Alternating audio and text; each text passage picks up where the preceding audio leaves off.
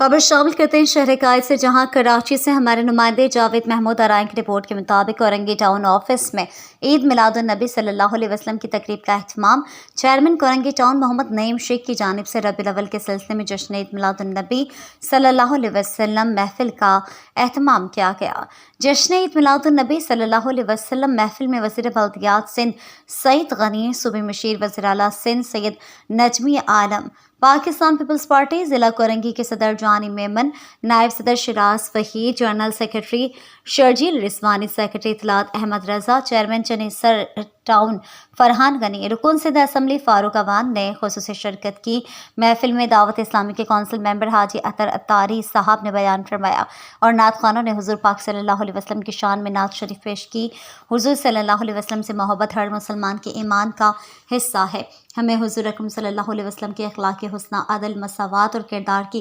بلندی پر عمل کرنا چاہیے۔ ہمیں دنیا و آخرت سنوارنے کے لیے حضور اکرم صلی اللہ علیہ وسلم کے اخلاق حسنہ پر عمل کرنا ہوگا۔ اس موقع پر سٹی ایریا کی تنظیم چیئرمین زکوٰۃ کمیٹی ضلع اورنگی عمران احمد صدیقی، پیپلز یوتھ کے عہدیداران اورنگی ٹاؤن کی تمام UCs کے چیئرمین و وائس چیئرمین، ٹاؤن کونسلرز، دعوت اسلامی ارکان، سیاسی سماجی شخصیات اور TMC اورنگی کے افسران نے بھی شرکت کی۔ محفل کا اختتام اجتماعی دعا کے ساتھ کیا گیا، جس میں ملک کی سلامتی، ترقی اور امت مسلمہ کے اتحاد کے لیے